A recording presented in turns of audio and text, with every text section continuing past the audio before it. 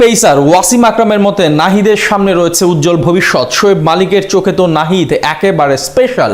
PSL এর ফাইনালে বল হাতে গতির ঝড় তুলে প্রশংসার জোয়ারে ভাসছে বাংলার এই নয়া সুপারস্টার। ফাইনালের মঞ্চে নজর কাড়া পারফরমেন্স করে জিতে নিয়েছেন বিশেষ এক পুরস্কারও। নাহিদের প্রশংসায় তবে কি এমন বললেন সাবেক সব কিংবদন্তিরা, তার বিশেষ পুরস্কারটাই বা কি, বিস্তারিত জানবো রিপোর্ট। প্রায় এক যুগ আগে বিপিএল এর এক ফাইনাল খেলতে উড়িয়ে আনা হয়েছিল ক্রিস গেইলকে।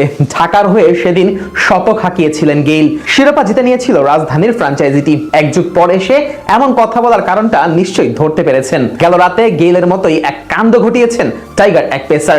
শুধু ফাইনালের জন্য উড়ে গিয়ে পেশোয়ারের 9 বছরের শিরোপার আক্ষেপ ঘুচিয়েছেন বাংলার নাহিদ রানা। মাত্র 5.5 ইকোনমিতে বল করে ব্যাটারদের ঘুম হারাম করেছেন, নাচিয়ে ছেড়েছেন গ্লেন ম্যাক্সওয়েলের মতো ব্যাটারকেও। আর নাহিদের এমন পারফরমেন্স দেখে প্রশংসায় ভাসিয়েছেন পাকিস্তানের সাবেক সব কিংবদন্তিরা। লাইভ কমেন্ট্রি থেকে শুরু করে ম্যাচের বিরতি কিংবা ম্যাচ শেষে যখনই নাহিদকে নিয়ে কথা হয়েছে শুধু প্রশংসাই শোনা গেছে। এই যেমন ইনিংসের বিরতিতে শোয়েব মালিক নাহিদকে নিয়ে বলেন, নাহিদ অনেক স্পেশাল, তার অনেক পেস আছে, সাথে লাইন ও লেন্থও অনেক ভালো। এত ভালো পেসের সাথে এমন দারুণ নিয়ন্ত্রণ থাকলেই ভালো বোলার হওয়া সম্ভব।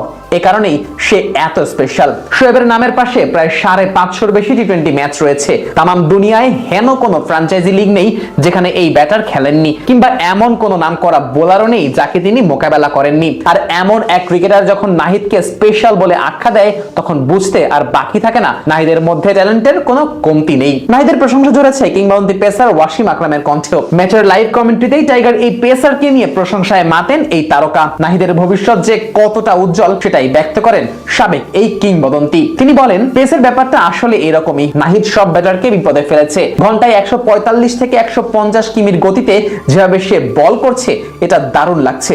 বেশ সহজ অ্যাকশন, কোনো জটিল কিছু নেই। ওর সামনে বেশ উজ্জ্বল ভবিষ্যৎ। এমনকি গ্লেন ম্যাক্সওয়েলকে আউট করতে গিয়ে নাহিদের ক্রিকেটীয় বিচক্ষণতারও ভূয়সী প্রশংসা করেছেন ওয়াসিম। তিনি বলেন, পেস ইজ পেস ইয়ার। নাহিদ যেভাবে বল করছে দেখে খুব উপভোগ করছি। ওর ফিল্ডিং সাজানোর ক্ষেত্রে কিছু ডিটেইলস দেখেছি, বেশ বুদ্ধিমত্তার পরিচয় দিয়েছে। এই প্রেজেন্স অফ মাইন্ডটা খুব গুরুত্বপূর্ণ।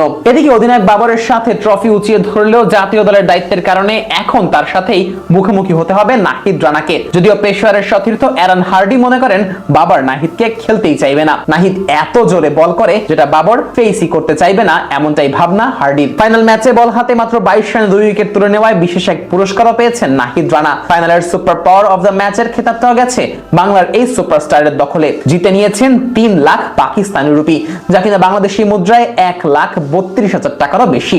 তবে টাকার থেকেও নাহিদের যে সম্মানটা পেশোয়ার থেকে পেয়েছেন তা বলা যায় এক কথায় বিরল। সাবেক কিংবদন্তিদের ভূয়সী প্রশংসা আর এত ভক্ত সমর্থকদের ভালোবাসাই নাহিদকে একদিন শ্রেষ্ঠত্বের চেয়ারে আসীন করবে, এমনটাই আশা সকলের।